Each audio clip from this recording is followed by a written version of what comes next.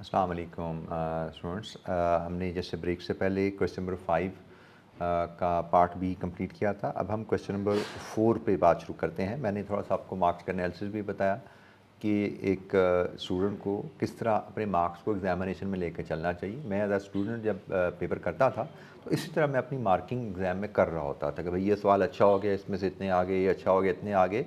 तो जैसे मैं अगर ये एग्ज़ाम ये 3 साल कर चुका होता तो मैं भी 1.5 से पौने 2 घंटे लग चुके होते, जितना भी टाइम लगा होता मैं ये देख चुका होता भाई मेरे 43 नंबर, चलो 40 नंबर स्कोर हो चुके हैं, अब मुझे सिर्फ 10 से 15 नंबर लेने हैं पास होने के लिए। और मैं ये जो क्वेश्चन अब शुरू करने लगा हूँ, मुझे इससे बड़ी उम्मीद है कि मैं इसी में ही 24 में से कुछ तो 15-18 नंबर लेके सेफली अपना स्कोरिंग मार्क ले लूँगा। और जो पहला क्वेश्चन बचेगा वो मेरा सिर्फ बोनस के लिए, सेफ्टी के लिए होगा, एडिशनल मार्क्स लिए क्वेश्चन के लिए होगा इंशाअल्लाह। पास मैं 4 सवालों में हो चुका हूँगा और आइडली एक प्रिपेयर्ड स्टूडेंट का ऐसा ही होना चाहिए। आखिरी सवाल उसका बोनस के लिए होना चाहिए। पास उसको 80% पेपर में होना चाहिए इंशाअल्लाह। इतनी आपकी स्पीड, एफिशिएंसी, एरर रेट आपका इतना कंट्रोल होना चाहिए कि आप 80 नंबर का अगर पेपर कर पा रहे हैं तो यू शुड पास। अगर उसके ऊपर के 20 नंबर का करने का मौका मिलता है तो that should be bonus. Honestly जब हम करते थे पेपर, तो हम तो उस ज़माने में सिलेबस इतने डिफाइंड होते ही नहीं थे, ना पास पेपर एनालिसिस होता था, ना ग्रिड्स होती थी जिनको फॉलो किया जाता था। हम तो ज़हनी तौर पे ये तैयारी करके जाते थे कि हमें पेपर एग्ज़ाम में समझ ही 80 का आएगा। मतलब एक एक सवाल होगा 20-22 नंबर का, 18 नंबर का, जो हम पढ़ के वहाँ पे देख भी नहीं पाएंगे, उनको हमें ऊपर से गुजर जाएगा भाई ये आया कहाँ से है, सिलेबस के किस एरिया से आ गया। और ऐसे सवाल आते थे हमारे ज़माने में। और तो अब तो माशाल्लाह डिफाइंड स्ट्रक्चर सब कुछ होता है, किताबें हैं, पास पेपर्स हैं, टीचर्स हैं, so much guidance is available. और पेपर भी अब सेटिंग के लिए प्रोफेशनल एग्जामिनर्स होते हैं जिनका काम ही पेपर सेटिंग होता है। तो they have guidance available from I cap, support available from I cap team. तो चीज़ें things have change a lot. लेकिन मुझे लगता है कि सेफली एक अच्छे स्टूडेंट के लिए टारगेट यही होना चाहिए कि भाई 80 नंबर का पेपर अगर कर रहे हैं तो पास होना चाहिए। ऊपर का 20 हम करेंगे, ये नहीं कि छोड़ के आना है, कोशिश करेंगे, पूरी तरह करेंगे, लेकिन आखिरी सवाल में आपको पता हमारा स्कोर जनरली ऑन एवरेज लो ही हो जाता है। एनीवेज हम इस सवाल से शुरू करते हैं। कहानी इसका पार्ट ए से, recommend with supporting explanation and calculation. Explanation and calculation दोनों चीज़ें उसने मांगी हैं। The optimal investment plan for agri glo considering the restricted capital available for the investment. अच्छा, अब यहाँ पे ना बेटा अब उसने क्लियरली बताया नहीं कि इसमें कैलकुलेशन के कितने मार्क हैं और एक्सप्लेनेशन के कितने मार्क्स हैं। तो यूजुअली इस तरह के सवालों में आपको पता लगे जी 16 नंबर का पार्ट है, आगे भी 4-4 नंबर के पार्ट्स कुछ नज़र आ रहे हैं, टोटल 24 नंबर पे जाना है। आपने टोटल टाइम कैलकुलेट कर लिया, इंटू 1.8 करके मैक्सिमम 1.9 कर लो। से मैंने कहा जी 24 इंटू 1.8 करूँ तो ये 43 बन रहा है। तो 45 टू 50 मिनट्स मैक्सिमम मैंने इस सवाल को देने हैं। आखिरी 8 नंबर टोटल थ्योरी है, 10 नंबर मैं उसके लिए अगर निकाल दूँ, 12 मिनट मैं उसके लिए निकाल दूँ तो तकरीबन 50 में से 12 निकले तो 38, सेफली 35 मार्क्स है मेरे पास ये पहला पार्ट करने के लिए। ये मैंने मार्क कर लेना है। ये एक मेंटल कैलकुलेशन हमें लेकर चलनी पड़ेगी क्योंकि हम कहीं पे भी अनड्यू टाइम ना लगा दें। मेरे पास 35 मिनट्स है पहला पार्ट करने के लिए एग्जाम में। 35 मिनट्स में से मेरे न्यूमेरिकल कैलकुलेशन में जितना टाइम निकल गया, बाकी जो बचेगा उसके हिसाब से समराइज वे में मैंने अपनी रिकमेंडेशन सपोर्टिंग एक्सप्लेनेशन देनी है। मैंने नॉलेज मेरे दिमाग में बेशक ज़्यादा हो, लेकिन मैंने लिखना उतना है जितना टाइम और मार्क्स का कम्बिनेशन मुझे बता रहा है। हमारे बच्चों की अक्सर जो टाइम आउट होने की गलती होती है न्यूमेरिकल में, मैं पहले भी बात कर चुका हूँ, फिर बोल रहा हूँ, न्यूमेरिकल में स्टक होके 2 नंबर के स्टेप पे फंस के टाइम ज़ाया कर देते हैं 10 मिनट का। और थ्योरी में हमें जो कुछ आता है सब कुछ लिखने बैठ जाते हैं विदाउट रियलाइजिंग के मार्क्स अवेलेबल कितने हैं। तो ये 2 चीज़ों का ख्याल आपने रखना होता है। न्यूमेरिकल कैलकुलेशन में किसी स्टेप पे फंसो, ड्यू टाइम 2 मिनट 3 मिनट से ज़्यादा सोचना नहीं है। समझ आ गई 2-3 मिनट में ठीक है, नहीं समझ आती जम्पशन लेके आगे चले जाओ। और थ्योरी में स्ट्रिक्टली कैलकुलेट कर लो कि मुझे कितना टाइम अवेलेबल है जिसमें थ्योरी का आंसर वाइंड अप करना है। तो एनीवे जी, कैपिटल राशनिंग में हमें इन्वेस्टमेंट प्लान बनाना है और एक्सप्लेनेशन भी देनी है। Let's start reading the question now.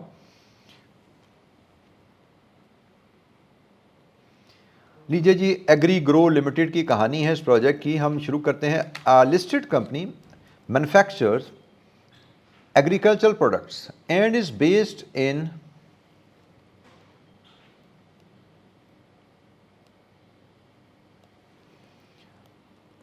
Faisalabad. The company acquired a new subsidiary, Banklight Limited, in March 2025, and consequently, the level of cash held in the business is lower than the normal, such that only 8,000 million is currently available for the investment.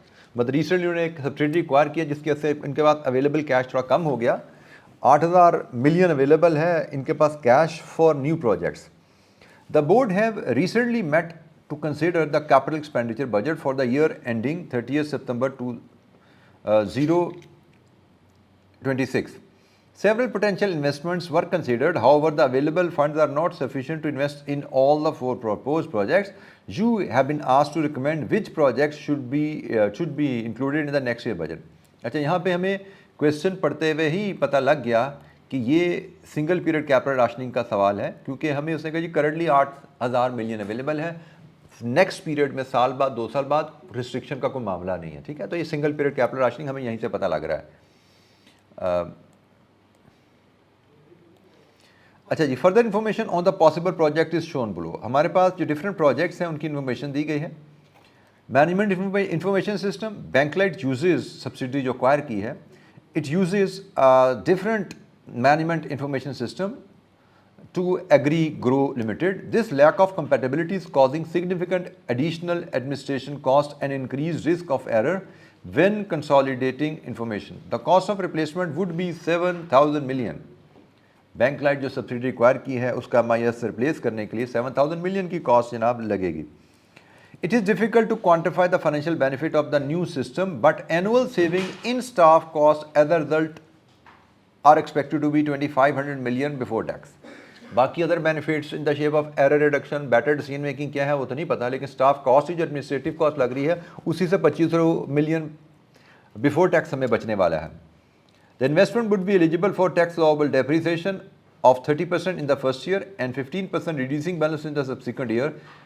The benefit of new system is expected to continue for 5 years. It is likely that further upgrade costs will be incurred after this time. The salvage value of the new system is estimated to be 2,000 million after 5 years. ये जी एक छोटा सा simple सा project. अच्छा, एक चीज़ आपको ध्यान में रखनी है कि जब हमारे प्रोजेक्ट के सिनेरियोज डिफरेंट होते हैं, ट्रेडिशनल इन्वेस्टमेंट अप्रेजल से फ़र्क सवाल आते हैं, जैसे ये कैपिटल राशनिंग का सवाल है, तो इस तरह के सवालों में जब कैपिटल राशनिंग के एस्पेक्ट को टेस्ट किया जाता है तो जो कैश फ्लोज और डिस्काउंटिंग की चीज़ें बहुत ही सिंपल कर दी जाती हैं. जैसे इस सवाल में अगर मैं देखूं तो आपने सवाल में देखा इसमें एक उसने प्री टैक्स हमें कैश फ्लो दे दी है, डेप्रिसिएशन का जिक्र कर दिया है, रेजिडुअल वैल्यू दे दिया है. सिर्फ इतनी सी चीज़ों का उसने डाटा दिया प्रोजेक्ट नंबर 1. प्रोजेक्ट नंबर 2 भी हम पढ़ते हैं अभी, प्रोजेक्ट नंबर 3 है, प्रोजेक्ट नंबर 4 है. किसी की उसने हमें एनपीवी नहीं दी. इसका मतलब हमें पहले चारों प्रोजेक्ट की एनपीवी कैलकुलेट करनी है, उसके बाद हमें सिंगल पीरियड कैपिटल राशनिंग के कॉन्सेप्ट के तहत इनका इन्वेस्टमेंट प्लान प्रपोज करना है कि भाई इन चारों प्रोजेक्ट की फिजिबिलिटी क्या है, इन चारों प्रोजेक्ट के लिए ज़ीरो में फंड्स चाहिए कितने, अवेलेबल कितने हैं, और क्या combination of project company should adopt. तो ये कहानी है सारी. और इसमें देखें कॉस्ट ऑफ कैपिटल हमें दिया गया है, सिंगल एक ही कॉस्ट ऑफ कैपिटल है. हमें चारों प्रोजेक्ट के कैश फ्लोज बनाने हैं और चारों प्रोजेक्ट की एनपीवी कैलकुलेट करनी है, और उसके बाद हमने इनकी एक्सप्लेनेशन और डिस्कशन करके चीज़ों को कंक्लूड करना है. ठीक है जी. तो ये जनाब हमारी कहानी है जिस पे अब हम काम शुरू करते हैं.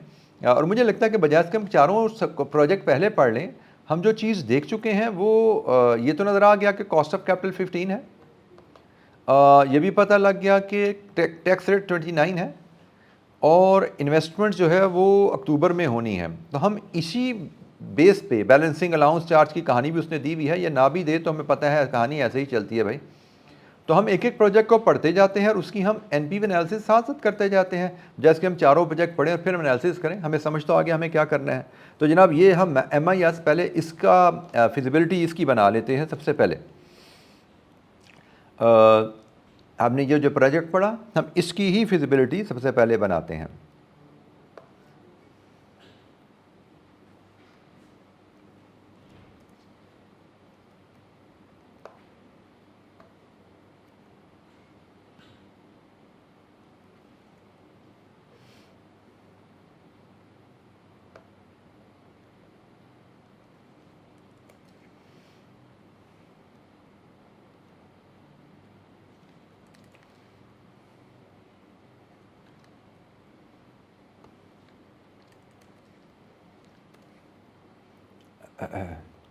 अच्छा जी, ये जी हमारे पास टेबल हमारे पास आ गया। अब हम इसकी बनाना शुरू करते हैं। हम बात कर रहे हैं जी क्वेश्चन नंबर 4 की, और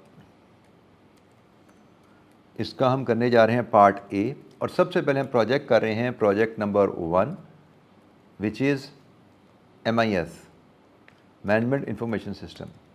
अच्छा जी, इस प्रोजेक्ट की लाइफ हमें बताया गया जी 5 साल है। हम यहाँ पे सबसे पहले इसका ये डाटा अरेंज कर लें। रुपीज़ इन मिलियन में डाटा गिवन है, तो हम 2 डेसिमल में ही बनाएंगे। तो सबसे पहले हम जी इसका लाइफ अरेंज कर लें। तो लाइफ जो है इसकी 0, 1, 2, 3, 4, 5 जो हमें बताया गया है। 0 को मैं इस तरह करैक्टर बना के यहाँ पे लिख लेता हूँ। मुझे डाटा जो दिया गया है initial capital investment related data है, जिस तरह हम स्टैंडर्ड वे में मैं जनरली सवाल कराता हूँ उसी तरह मैं चीज़ें अरेंज कर रहा हूँ। फिर net operating cash flows in the shape of annual cost saving है, ये मेरा नेट ऑपरेटिंग कैश फ्लोज है। फिर इसके बाद टैक्सेशन मुझे लेनी है, यहाँ से नेट प्रोजेक्ट कैश फ्लोज बनेंगे। फिर हम डिस्काउंट फैक्टर लेंगे जो कि यहाँ पे हमें 15% दिया गया है, यहाँ से पीवी लेंगे और एनपीवी ले लेंगे। ये डाटा हम तमाम प्रोजेक्ट का इस तरह बना लेंगे, उसके बाद हम आगे कहानी को लेकर चलेंगे। हमें पहले सारे प्रोजेक्ट का डाटा था बनाना है, और ये जनाब रुपीज़ इन मिलियन में हम अरेंज करने जा रहे हैं। स्टार्टिंग पॉइंट हमारी इनिशियल इन्वेस्टमेंट इस प्रोजेक्ट की मैं बताया गया जी 7,000 मिलियन है, and we have been told कि इसकी जो रेजिडुअल वैल्यू है वो 2,000 मिलियन है। तो मैं कैपिटल इन्वेस्टमेंट में ही यहाँ पे जनाब डाटा ये अरेंज कर दिया। सॉरी, 7,000 इज़ इन्वेस्टमेंट, सो ये आउटफ्लो हो गया और ये इनफ्लो हो गया। एनुअल कॉस्ट सेविंग हमें कहा गया जी हर साल 2500 ही होने वाली है। तो जनाब ये 2500 हर साल होने वाली है, तो हर साल 2500 5 साल चलेगी। और इसके बाद अब मुझे एक वर्किंग बनानी है।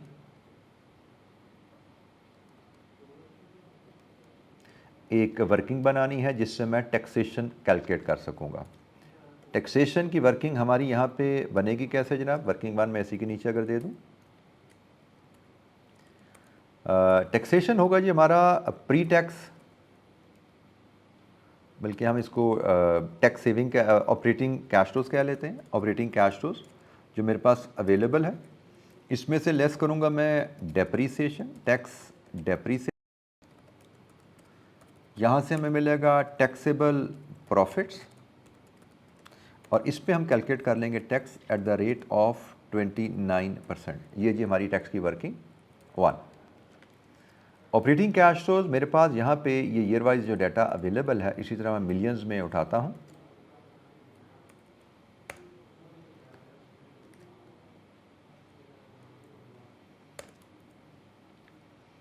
ये हमारे पास operating cash flows already available है जी, तो हमें सिंपली ये सारा डाटा यहाँ पे ले लिया।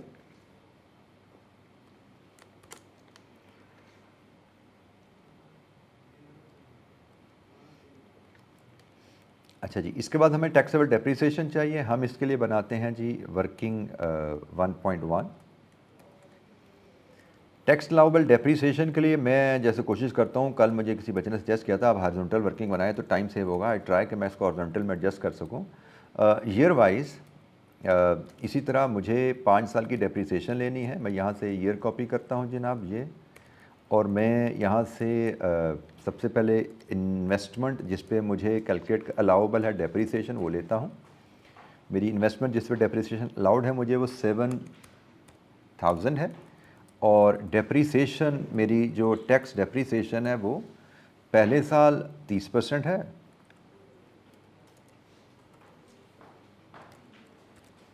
और उसके बाद 15% है। ठीक है जी, तो हम शुरू करते हैं पहले साल की डेप्रिसिएशन यहाँ से 30% पे।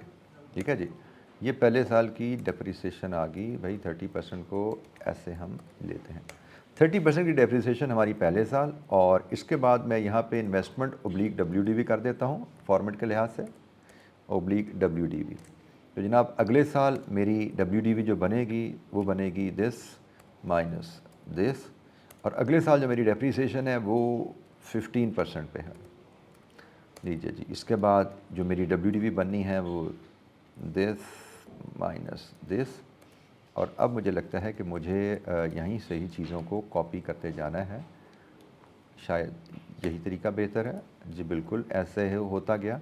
लेकिन आखिरी साल मुझे बैलेंसिंग डेप्रिसिएशन लेनी है, रिड्यूसिंग बैलेंस नहीं लेनी। और बैलेंसिंग डेप्रिसिएशन क्या है जी, ये मेरे पास आखिरी साल बैलेंस बचा, इसमें से 2000 की मेरी WDV है, वो मेरी रिकवर हो जानी है। तो ये मेरी बैलेंसिंग डेप्रिसिएशन आने वाली है, 2000 की रेजिडुअल वैल्यू है, ठीक है जी। तो मैंने आखिरी जो साल की WDV बची, उसमें से मैंने रेजिडुअल वैल्यू, मैं यहाँ पे चले रिकॉर्ड के लिए बता भी देता हूँ, मेरी रेजिडुअल वैल्यू जो है वो 2000 मैंने यहाँ पे एडजस्ट कर दी इस बैलेंसिंग डेप्रिसिएशन की कैलकुलेशन में। लीजिए जी, डेप्रिसिएशन हमारे पास आई, यहाँ से अब हम इसको डेप्रिसिएशन को यहाँ लिंक करते हैं। और ये जो कल हमने स्मार्ट, मेरे एक साथी ने मुझे मशवरा दिया था, मैंने उसको इस्तेमाल करते हुए ये जी अब यहाँ पे टैक्सेबल प्रॉफिट की कैलकुलेशन परफॉर्म कर लेते हैं हम।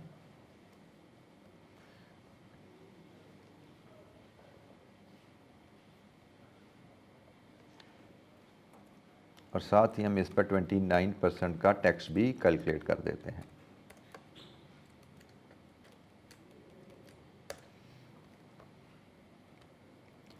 और ये टैक्सेशन हम जाके इधर फीड करते हैं जनाब, सेम ईयर में टैक्सेस पे होने हैं। लीजिए जी, ये टैक्सेस यहाँ पे डाले। अब नेट प्रोजेक्ट कैश फ्लो लेते हैं यहाँ पे हम,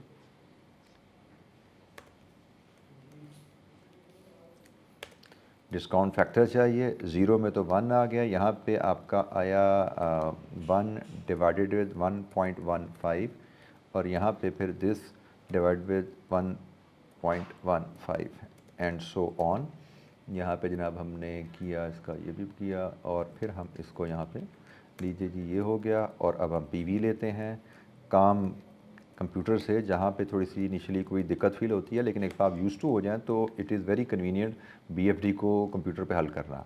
लेकिन बस इसमें मैंने जैसे पहले आपको कहा था, आपकी प्रैक्टिस होनी चाहिए सॉफ्टवेयर के ऊपर, एग्जामिनेशन सॉफ्टवेयर पे। मैं थोड़ी सी लिबर्टी ले रहा हूँ, मैं एक्सेल पे कर रहा हूँ, लेकिन आपको एग्जामिनेशन सॉफ्टवेयर पे प्रैक्टिस करनी है। लीजिए जी, एक प्रोजेक्ट की NPV हो गई, इतनी सी कहानी है। अब ये कहानी आपने 4 दफ़ा रिपीट करनी है। प्रोजेक्ट 2 का हम डाटा पढ़ेंगे, उसके लिए हम ये कैलकुलेशन रिपीट करेंगे, project 3 and 4 and so on, ठीक है जी। प्रोजेक्ट 1 हो गया, NPV हमारी आ गई। अब हम प्रोजेक्ट 2 के लिए प्रोजेक्ट 2 की कहानी पढ़ते हैं। हमने, आपको याद है, एक ही प्रोजेक्ट की कहानी पढ़ी थी, हमने कहा जी 1 बाय 1 चलते हैं। अब आइए प्रोजेक्ट 2 पे, सेम वर्किंग हमें प्रोजेक्ट 2 के लिए रिपीट करनी है। तो दूसरा प्रोजेक्ट है जी डिलीवरी फ्लीट का। इसकी कहानी है जी, the current fleet of delivery vehicle is old and there have been problem with the breakdowns. This has led to increase running cost and disputes with customer. मसले आ रहे हैं जी कस्टमर के साथ, as some deliveries have been late as a consequence. The fleet comprises 5 delivery vehicles. The replacement presents an opportunity to upgrade and to electric vehicle rather than replacement with petrol vehicle. अब हमें मौका है replace करना है तो electric vehicle पर चले जाएं। The cost of electric fleet would be 450 million. The existing fleet would could be sold at its WDV 100 million.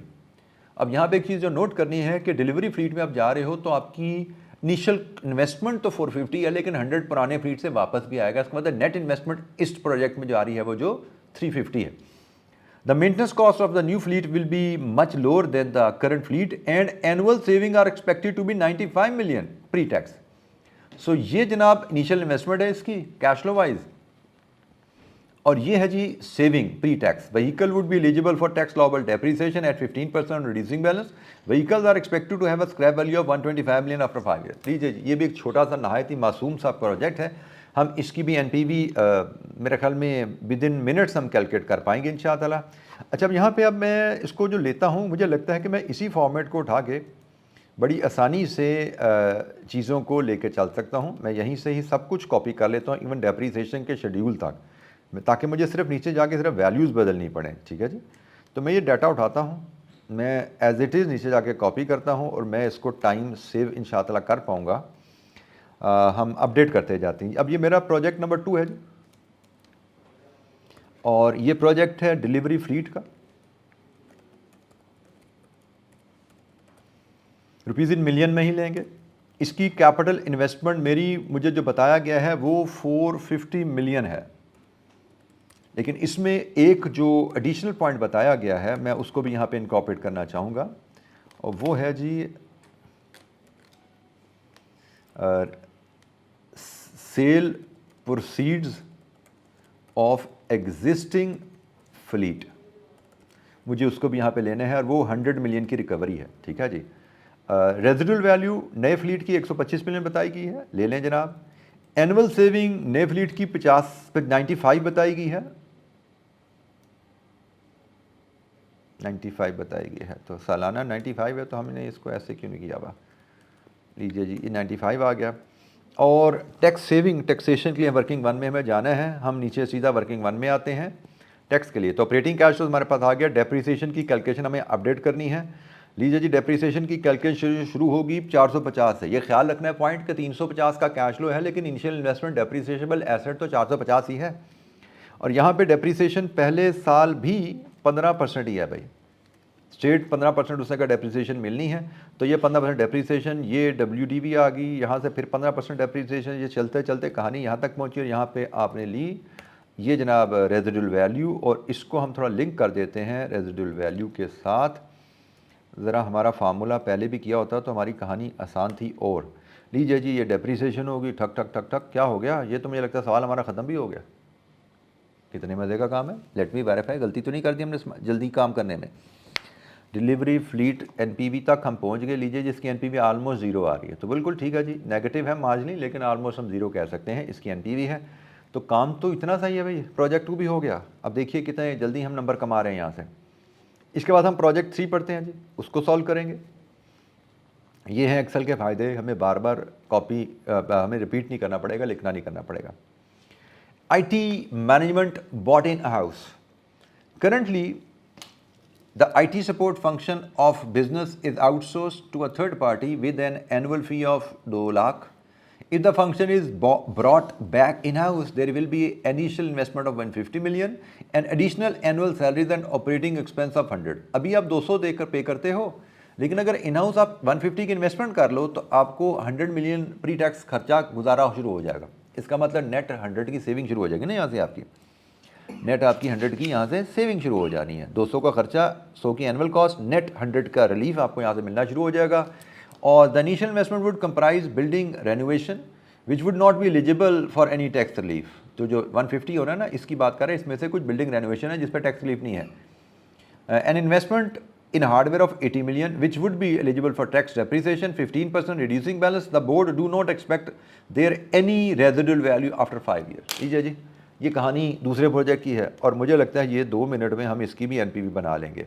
जैसे हमने पहले ये बनाई थी, वर्किंग नंबर मैं चेंज नहीं कर रहा, दूसरे के लिए वर्किंग अलग इसके नीचे आ रही है, तो आने दीजिए, कोई इशू नहीं है। हम यहाँ से अब तीसरा प्रोजेक्ट उसकी तरफ जा रहे हैं। इसी तरह हमने सब कुछ यहाँ से उठाया, हम यहाँ पे कॉपी करेंगे। हम बताएंगे कि भाई अब हम प्रोजेक्ट नंबर 3 की बात कर रहे हैं, जिसमें हम इन हाउस IT सिस्टम ला रहे हैं, इन हाउस IT मैनेजमेंट करने जा रहे हैं, ठीक है जी। इसमें अब कहानी है क्या, इसमें कैपिटल इन्वेस्टमेंट हमारी है सिर्फ 150 मिलियन की। इसमें यह लाइन आइटम रेलेवेंट नहीं है, इसलिए हम इसको यहाँ से डिलीट कर देते हैं। एनुअल कॉस्ट सेविंग जैसे मैंने बता दिया, मैं इसको यहाँ पे कर देता हूँ जी। ये हमने एनुअल कॉस्ट सेविंग नेट ले रहे हैं, हम यहाँ पे बताते हैं एनुअल कॉस्ट सेविंग नेट ले रहे हैं, जो कि 200 माइनस 100 100 है, ठीक है जी। हम इसको बता के यहाँ पे सीधा 100 की सेविंग ले रहे हैं जी। लीजिए जी, अब हम इसके बाद आ जाते हैं नीचे, यहाँ पे ऑपरेटिंग कैश फ्लोज हैं, डेप्रिसिएशन है, हमें डेप्रिसिएशन अपडेट करनी है। ऑपरेटिंग कैश फ्लोज से लिंक होके आ चुके हैं माशाल्लाह से। तो यहाँ से कहानी शुरू होगी जी, हमें डेप्रिसिएशन मिलनी है 80 पे, ठीक है जी। डेप्रिसिएशन का रेट 15% है, जहाँ पे जी, यहाँ पे 30% नहीं है, 15% है। ये नोट मुझे ऊपर भी जाके अपडेट करना चाहिए, यहाँ पे मुझे इधर भी अपडेट करना चाहिए कि इधर भी सिर्फ 15% की डेप्रिसिएशन मिल रही है। तो लीजिए जी, 15% की डेप्रिसिएशन आ गई यहाँ से। WDV डेप्रिसिएशन और रेजिडुअल वैल्यू इसकी 0 है। ख़त्म होगी कहानी, ये कहानी इतनी जल्दी ख़त्म हो जाती है ये। थर्ड प्रोजेक्ट NPV 164, नहीं इतनी आसान कहानी है नहीं, कोई गलती शायद होगी मेरी, NPV इतनी करीब क्यों नहीं आई, थोड़ा सा फ़र्क रह गया यहाँ पे। फ़र्क कोई रह गया इसलिए कि यहाँ पे ये रेजिडुअल वैल्यू आ रही है, रेजिडुअल वैल्यू गलत है, इसको मैंने डिलीट करना था, अपडेट करते हुए मैं भूल गया। लीजिए जी, मेरी ये NPV एग्जैक्टली एग्जामिनर सोल्यूशन से मैच होगी। ये प्रोजेक्ट नंबर 3 भी हो गया जी, ऐसे करके।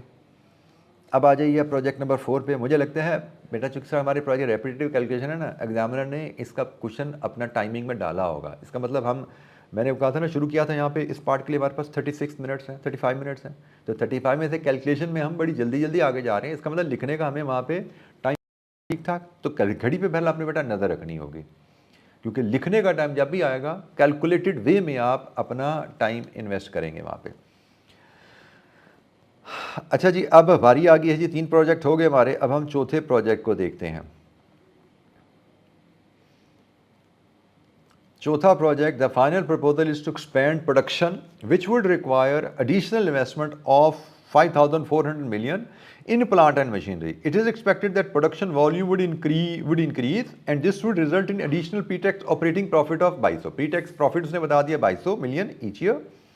The useful life of the plant would be 5 years with no scrap value expected after this time. The plant and machinery would qualify for tax allowable depreciation of 15%. During the board meeting, it was suggested that all 4 projects, वो अगली कहानी है, project की कहानी यहीं पे खत्म होगी जी। प्रोजेक्ट सिर्फ इतना सही है कि 5,400 की initial investment, residual value 0, annual benefit pre tax profit 22,000, depreciation 15% tax allowable आपकी है। लीजिए जी, अब इस प्रोजेक्ट की एनपीवी भी हम कर लेते हैं। प्रोजेक्ट हम 4 पे जा रहे हैं और वही जैसे हम करते थे, हम यहाँ से इसको कॉपी करेंगे। ये प्रोजेक्ट 4 के लिए हम इसको यहाँ पे बनाते हैं जनाब। प्रोजेक्ट 4 में हमने करना क्या है, प्रोजेक्ट 4 में हमने न्यू प्लांट लगाना है जी, न्यू प्लांट लगाना है, न्यू प्रोडक्शन प्लांट लगाना है। तो इसकी कैपिटल इन्वेस्टमेंट है जनाब -100, रेजिडुअल वैल्यू इसकी भी 0 है। एनुअल जो टैक्स सेविंग नहीं, एनुअल प्री टैक्स प्रॉफिट है, शायद यहाँ पर उसने जो टर्म यूज़ की है प्री टैक्स प्रॉफिट है, और वो उसने कहा जी 2200 है, और वो सेम है जी हर साल। आगे चलें, इसके बाद आ जाइए डेप्रीसिएशन पे। डेप्रीसिएशन हमारी इनिशियल इन्वेस्टमेंट 5400 है, डेप्रीसिएशन 15% के हिसाब से चलती जाएगी, रेजिडुअल वैल्यू 0 है। लीजिए कहानी ख़त्म होगी, ये तो एनपीवी आ भी गई। तो एक्सेल के फ़ायदे, मुझे तो बड़ा मज़ा आ रहा है जनाब एक्सेल पे काम करने का। बड़े अरसे बाद मैं इस तरह का सवाल कर रहा हूँ भाई, ये तो सवाल है भी बड़ा मज़े वाला। तो लीजिए जी, सवाल ख़त्म हो गया हमारा। इसमें कोई हमने गलती पिछले सवाल जैसी तो कोई नहीं हुई यहाँ पे, नहीं जी, मुझे लगता है सब कुछ ठीक रहा हमारा। 791 चारों प्रोजेक्ट की एनपीवी हो चुकी है। अब हमें इन चारों प्रोजेक्ट को समराइज़ करना है, ठीक है जी। तो चारों प्रोजेक्ट को अब हम समराइज़ करते हैं। लीजिए जी, यहाँ से हम शुरू करते हैं इनकी समरी बनाना। पहला प्रोजेक्ट MIS का है, दूसरा प्रोजेक्ट हमारा डिलीवरी फ्लीट का है, तीसरा प्रोजेक्ट हमारा ये इन हाउस IT स्ट्रक्चर का है, और चौथा प्रोजेक्ट हमारा ये न्यू प्लांट का है। हम इनकी देखेंगे इन्वेस्टमेंट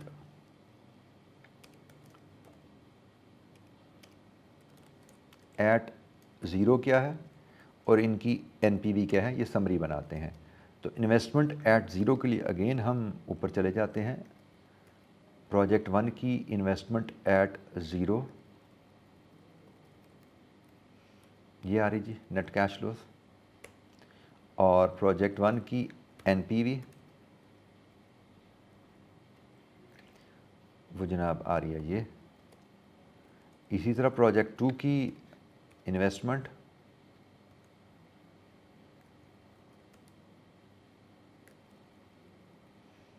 अच्छा, यहाँ पे थोड़ा सा मेरा एग्जामिनर से एक डिसएग्रीमेंट है। एग्जामिनर ने यहाँ पे इन्वेस्टमेंट अपने शेड्यूल में 450 ली हुई है।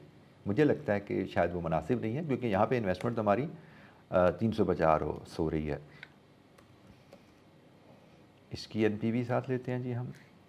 ये प्रोजेक्ट 2 की एनपीवी आ गई। प्रोजेक्ट 3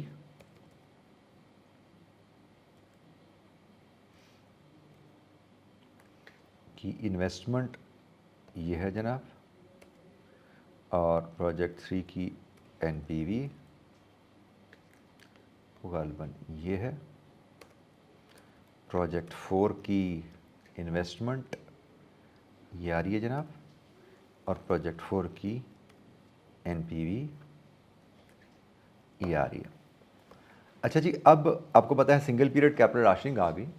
तो अब हमें सबसे पहले तो प्रोजेक्ट की नोयत चाहिए, प्रोजेक्ट्स की नोयत चाहिए, क्या ये प्रोजेक्ट डिविजिबल है या इनडिविजिबल है, क्योंकि इन दोनों के हिसाब से इनके प्रोजेक्ट की ऑप्टिमल इन्वेस्टमेंट प्लान बनाने की प्रोसीजर फ़र्क होता है ना। तो क्वेश्चन जब हम पढ़ते हैं तो एक MIS सिस्टम चेंज करने की बात है, तो MIS सिस्टम इन पार्ट्स तो नहीं हो सकता, या होगा या नहीं होगा, बाय नेचर हम बात कर रहे हैं। तो ये तो मुझे नॉन डिविजिबल क्लियरली नेचर नज़र आ रही है। मैं इस प्रोजेक्ट की नेचर बात कर रहा हूँ, नेचर, तो ये मुझे नॉन डिविजिबल नज़र आ रहा है। डिलीवरी फ्लीट की बात करें तो डिलीवरी फ्लीट गाड़ियाँ 5 बदलनी, हाँ ये डिविजिबल हो सकता है, 5 का बजट नहीं है, 2 बदल लो 3 बदल लो, ये डिविजिबल हो सकता है, unless there are some other non financial reasons जिसके वजह से हम फैसला करें नहीं सारे बदलने, क्योंकि उसने नॉन फाइनेंशियल ऐसा कोई जिक्र, इसकी बात है NPV भी 0 के करीब है, थोड़ी स्लाइटली नेगेटिव है।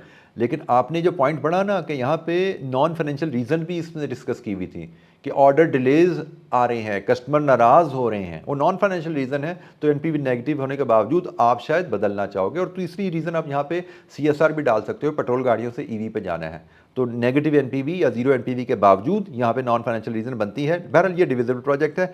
IT इन हाउस होना ये भी इंडिविजिबल है, नॉन डिविजिबल है, और प्लाट लगाना ये भी नॉन डिविजिबल है। तो इन शॉर्ट हम अगर बात करें तो नॉन डिविजिबल प्रोजेक्ट हैं ज़्यादातर, और जो डिविजिबल है डिलीवरी फ्लीट वो बहुत ही छोटा प्रोजेक्ट है।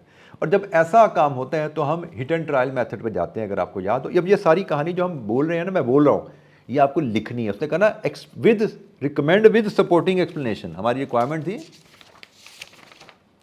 Recommend with supporting explanation. ये मैं जो जितनी बातें मैंने बोली है ना, MIS प्रोजेक्ट नॉन डिविजिबल है, डिलीवरी वही फ्लीट डिविजिबल है, लेकिन इसमें नॉन फाइनेंशियल फैक्टर्स हैं। IT क्योंकि हमने एक्सप्लेनेशन सपोर्टिंग देनी ना, हम फैसला किस बेस पे कर रहे हैं। तो कहानी जैसे शुरू हुई कि भाई सिंगल पीरियड कैपिटल राशनिंग में हमें प्रोजेक्ट्स की नेचर चाहिए, डिविजिबिलिटी या इंडिविजिबिलिटी पे ओपिनियन चाहिए, उसके बाद ही हम इसका इन्वेस्टमेंट प्लान बना पाएंगे, क्योंकि हमें प्रॉफिटेबिलिटी इंडेक्स कैलकुलेट करना या नहीं करना वो डिपेंड करता है प्रोजेक्ट डिविजिबल है या नहीं। इसलिए हम एक्सप्लेनेशन में सारी चीज़ें बता रहे हैं, हर प्रोजेक्ट को डिस्कस कर रहे हैं, और इसके बाद हम कंक्लूड करेंगे क्योंकि प्रोजेक्ट्स हमारे ज़्यादातर नॉन डिविजिबल हैं।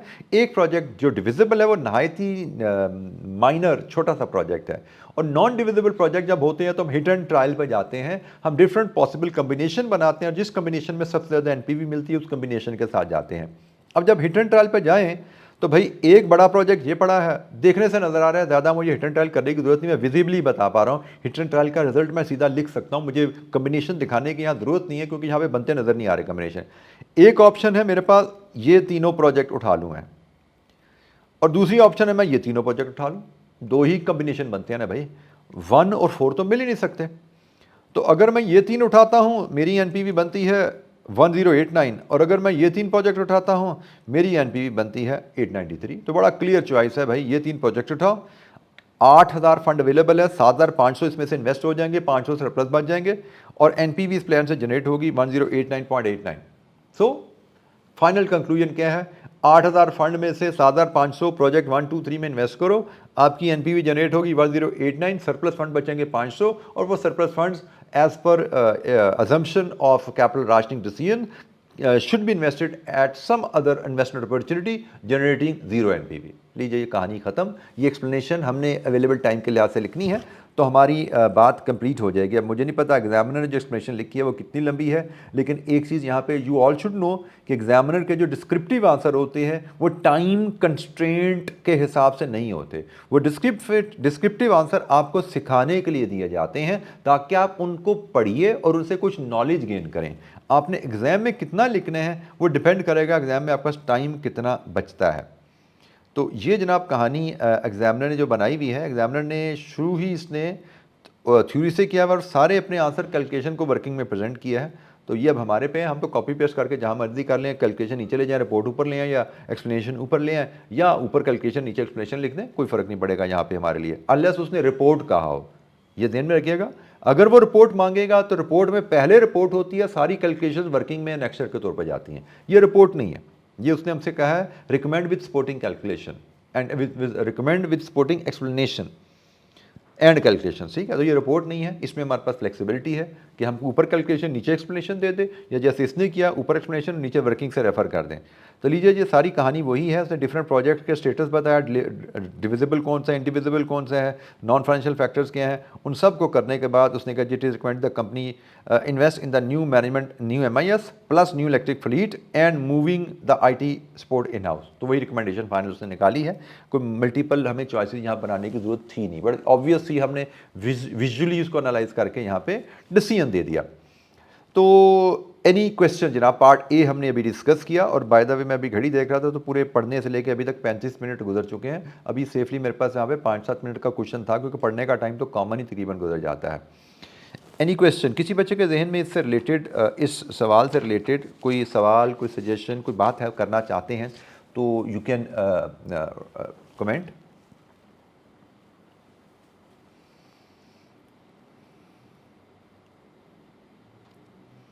अच्छा जी, इसका पार्ट बी, इस सवाल का अगर हम देखें,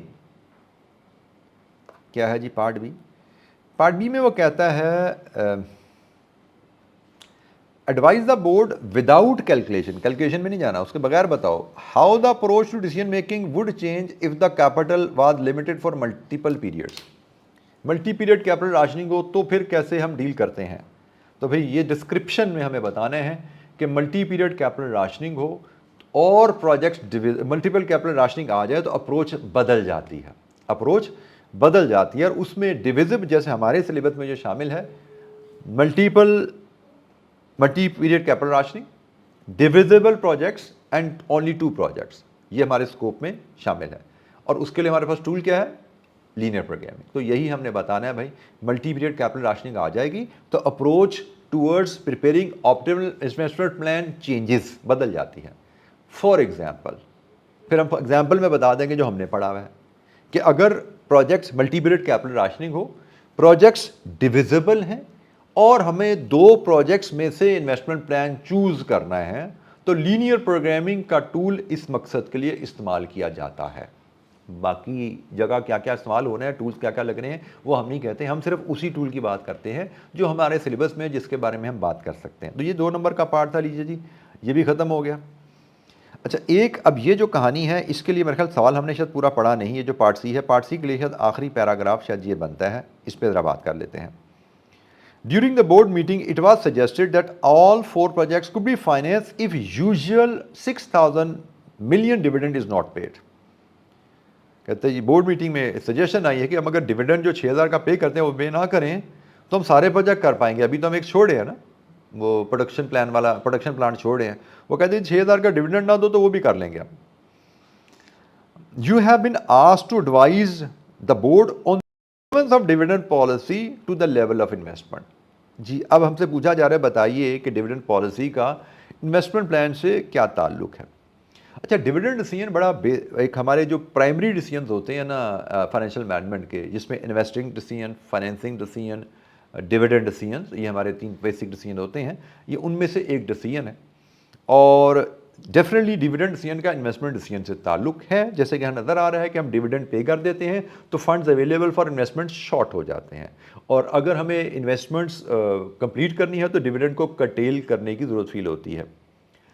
तो कनेक्शन है, और इस कनेक्शन को हम डिस्टर्ब अगर करते हैं तो इसके लिए हमें डिविडेंड के डिफरेंट हमने रेलेवेंस थ्योरीज पढ़ी हुई हैं कि कनेक्शन एग्जिस्ट करता है। तो इस कनेक्शन को हमें डिस्टर्ब करने की वजह से शेयर होल्डर्स जो है, क्लाइंटेल थ्योरी है, शेयर होल्डर्स की टैक्स प्रेफरेंस थ्योरी है, शेयर होल्डर की सिग्नलिंग थ्योरी है, उसके तहत किसी भी इनमें से किसी भी थ्योरी को पकड़ो, डिविडेंड पॉलिसी में change will affect the share holders and they may dislike it. तो इसलिए शायद बेहतर यही है कि कंपनी इन्वेस्टमेंट प्लान की वजह से डिविडेंड को ना बदले, बल्कि अपने क्लाइंट्स की मुताबिक डिविडेंड प्रेफरेंस को देखते हुए अपने इन्वेस्टमेंट प्लान को कर्टेल करे, जैसे कि हमने ऊपर रिकमेंड किया।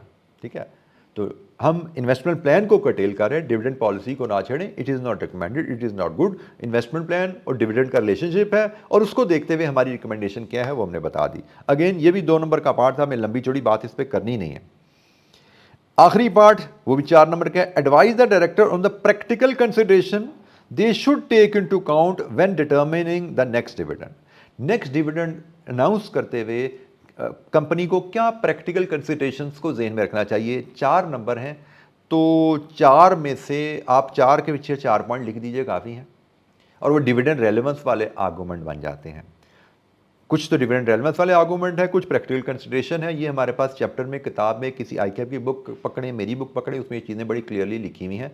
एक तो कंपनी में decide to adopt a fix pay out policy. Practical consideration में एक फिक्स पे आउट पॉलिसी है। कंपनी में decide to follow a fix pay out policy. Company की पॉलिसी है जी 50% पे आउट करते हैं, उसको फॉलो कर सकते हैं नेक्स्ट डिविडेंड डिसीजन पे, उसको अडॉप्ट कर सकते हैं। दूसरी पॉलिसी होती है constant growth in dividend. Earning बेशक आपकी बहुत ज़्यादा बढ़ जाए, लेकिन कंपनी ने फैसला किया जी हमने सालाना डिविडेंड को 10% से ही ग्रो करवाना है। कांस्टेंट ग्रोथ इन डिविडेंड को फॉलो करना, ये भी एक प्रैक्टिकल कंसिडरेशन है। फिर एक तीसरी प्रैक्टिकल कंसिडरेशन है कि company should closely review the nature of its investor, और उनकी प्रेफरेंस क्या है। Do they prefer regular income, dividend income, और they prefer capital gain income, वो भी कंसिडर करने की जरूरत है। हमारे इन्वेस्टर की टाइप क्या है। और चौथा में सिग्नलिंग इफेक्ट को भी देखने की जरूरत है कि डिविडेंड का कम होना शेयर होल्डर्स नेगेटिवली इसको देखते हैं। इसके बाद इन्वेस्टमेंट अपॉर्चुनिटी की अवेलेबिलिटी भी है, लीगल कंस्ट्रेंट भी है, कुछ कोवेनेंट्स भी डेट के होते हैं, लिक्विडिटी पोजीशन भी है। There are so many other argument, लेकिन मुझे लगता है यहाँ पे जैसे एग्जामिनर ने 1 2 3 4 5 6 लिखे हुए हैं, लेकिन हमें 6 नहीं लिखने की जरूरत, हमारे लिए 4 ही काफ़ी हैं। जो मैंने बोला वो इनके अलावा 2 3 मैंने इसके अलावा भी बोल दिए। 6 ये हैं, 2 मैंने बोले, 8 बन जाते हैं। हमें एग्जाम में 4 ही लिखने हैं, और हर पॉइंट के नीचे 2 लाइनें लिख दें, मोर देन सफिशिएंट है, क्योंकि 4 मार्क्स हैं। 4 मार्क्स के लिए हम ज़्यादा से ज़्यादा वही 6-7 मिनट ही लगाएंगे, इससे ज़्यादा टाइम हम यहाँ इन्वेस्ट नहीं करेंगे। ठीक है जी। तो इसके साथ हमारी ये डिस्कशन क्वेश्चन नंबर 4 पे कंप्लीट होती है।